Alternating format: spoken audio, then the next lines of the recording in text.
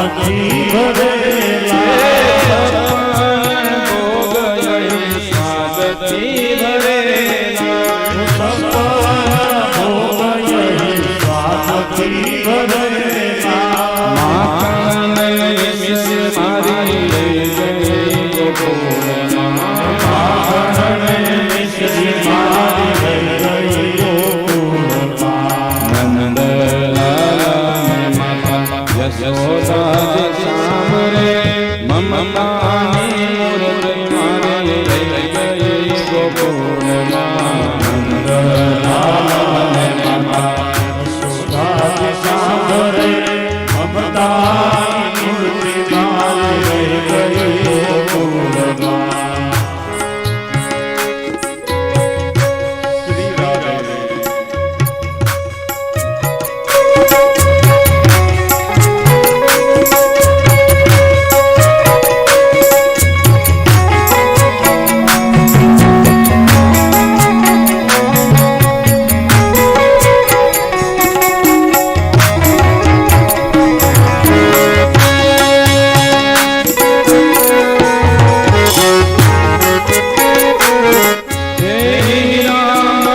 મૂર્તિ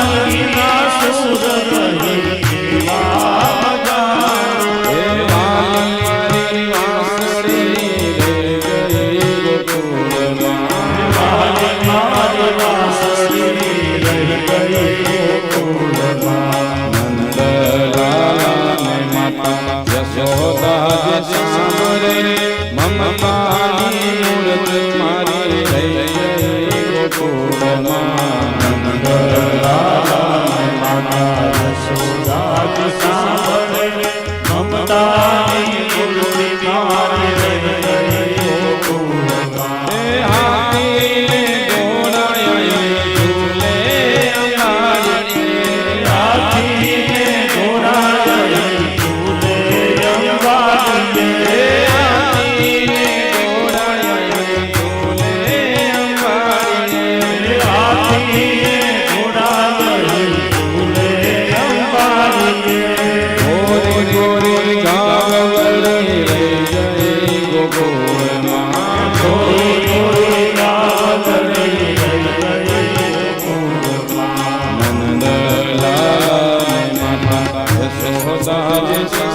ગોકુળમાં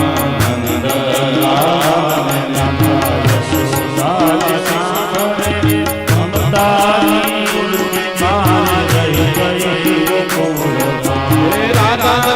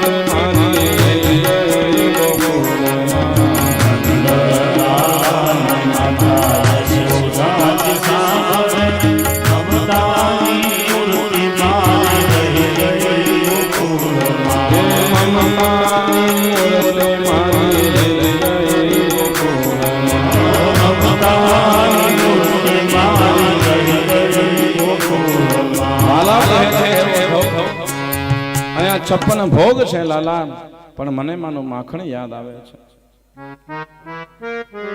ત્યારે ઉદ્ધવજી કે લાલા આ તો તું ગોપ્યું ગોકુળ નંદલાલા નંદ બાબા કરે છે, નકર તને ત્યાં કોઈ યાદ કરતું નથી. ત્યારે ભગવાન કૃષ્ણ સમજી ગયા આની પાસે જ્ઞાન ઘણું છે પણ ભક્તિ નથી. ત્યારે આ ભગવાને મનમાં વિચાર કર્યો કે આ ઉદ્ધવને હું ગોકુળ મોકલું. ભક્તિ કોને કહેવાય, પ્રેમ કોને કહેવાય, આ જ્યારે ગોપીઓને જોશે ને તો એને ખબર પડશે. ત્યારે ઉદ્ધવને કીધું કે ઉદ્ધવ તું એમ કહેશ ને કે તમને કોઈ યાદ નહીં કરતું, તું એકવાર ગોકુળ જા. ત્યારે ઉદ્ધવને થયું કે ચાલો હું હવે ગોકુળ જઈશ અને બધી ગોપીઓને હું જ્ઞાન આપીશ. હું જ્ઞાની છું અને જ્ઞાન આપીશ. જ્યાં સુધી માણસમાં જ્ઞાન છે મહારાજ ત્યાં સુધી અભિમાન ભર્યું છે, અને ભક્તિનો પ્રવેશ થઈ ગયો તો અભિમાન દૂર થઈ જશે. ભક્તિ વગરનો જ્ઞાન એ પાંગળો છે અને જ્ઞાન વગરની ભક્તિ એ વિધવા છે.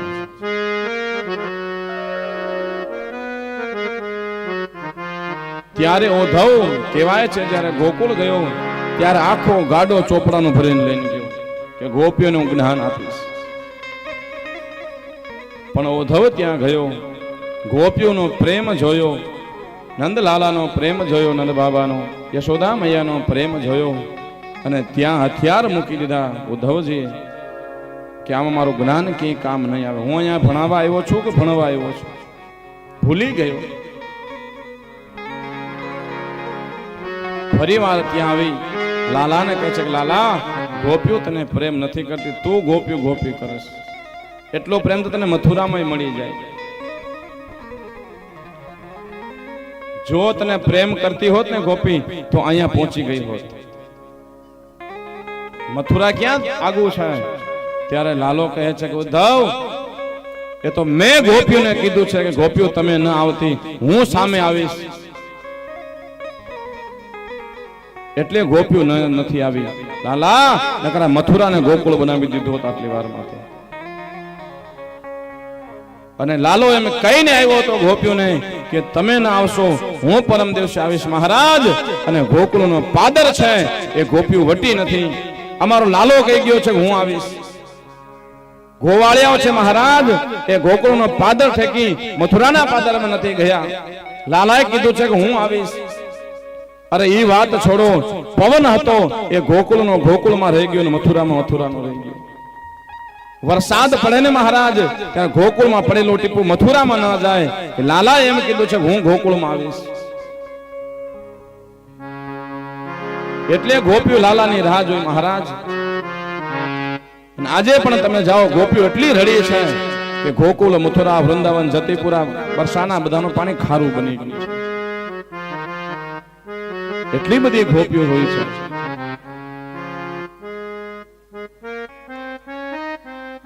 અને ઉદ્ધવ ત્યાંથી નીકળ્યો ત્યારે ગોપીઓ કીધું કે ઉદ્ધવ લાલાને કહી દેજે, ખાલી એટલો સંદેશો દેજે લાલાને મારો.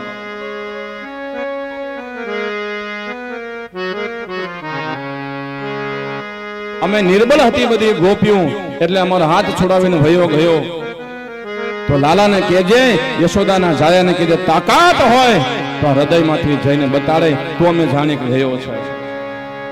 એવો ધાજી એવ મારા વાલા એવ દિલે જો મારે જો મનાઈ જો એ મારા વાલા વડીલે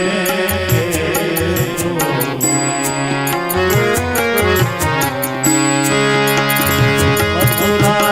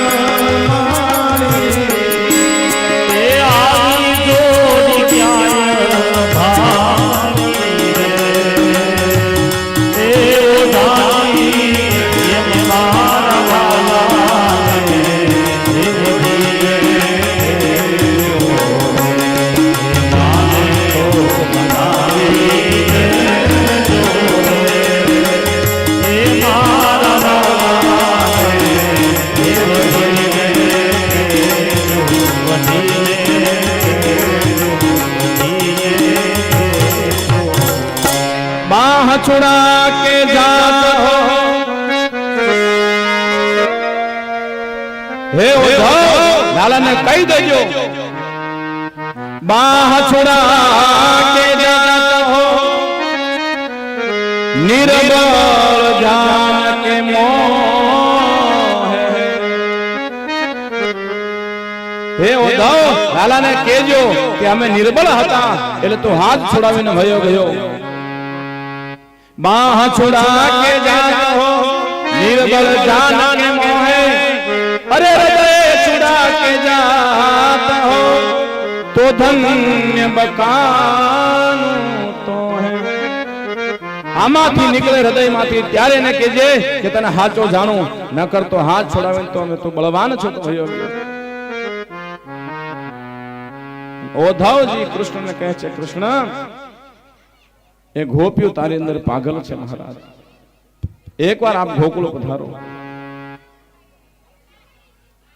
त्या भगवान छे जरासंध ने बे पत्नियों हती अस्थि ने प्राप्ति जरासंध ने पुत्रियों हती राजा कंस ની પત્નીઓ એ અસ્થિને પ્રાપ્તિ પોતાના પિતા પાસે ગઈ જરાસંધ પાસે અને કીધું મહારાજ આ કૃષ્ણે મારા પતિને મારી નાખ્યા અને ઉગ્રસેન મહારાજને રાજ આપી દીધો જરાસંધે મથુરા પર આક્રમણ કર્યું 17 વખત અને 17 વખત આ જરાસંધ હારી ગયો અને 18મી વખત આક્રમણ કર્યું ત્યારે એની સેનાને